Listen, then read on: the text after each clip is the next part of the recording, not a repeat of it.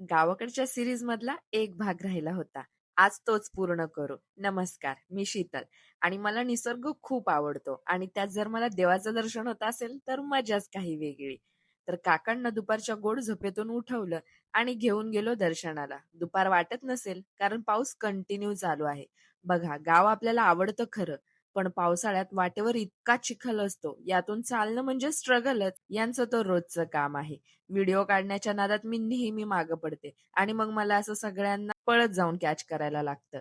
हा छान निसर्ग, पाऊस पाहत पाहत गप्पा मारत मारत आम्ही डोंगरावर गेलो. लांबूनच फायनली देवाचं मंदिर दिसलं आणि आता आपण पोहोचलो आहोत त्या खास ठिकाणी. ही जागा म्हणजे न्हाणी आईचं मंदिर. इथल्याच एका तलावात देवीने अंघोळ केली होती, म्हणून या जागेला न्हाणी आई असं नाव पडलं.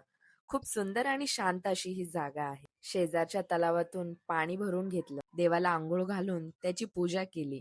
आता हे मंदिर इथं का आहे हे माझे काका सांगतील. पडलंय तिथं मोठा हौद होता हा. आणि निसर्गुंडीसारखं तिथं त्यात न्हाणी त्याची आणि तिथनं पुन्हा इथं येऊन पाय पडली न्हाणी अच्छा. न्हाणी झाली इथं म्हणून हे नाणी म्हणून आपण हे न्हाणी झाली. हा. छान अशी पूजा केली आणि पुढे निघालो. मंदिरातून पुढे आल्यावर आम्हाला एक छोटासा झरा दिसला. या वाहत्या पाण्याची गंमत काही औरच आहे. हा खळखळ आवाज मनाला इतका शांत वाटतो की सगळा थकवा निघून जा आणि निसर्गाचा आनंद घेत घराकडे निघालो.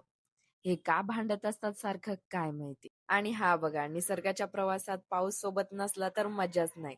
अचानक जोरदार पाऊस सुरू झाला आणि आम्ही सगळे पावसात भिजून गेलो.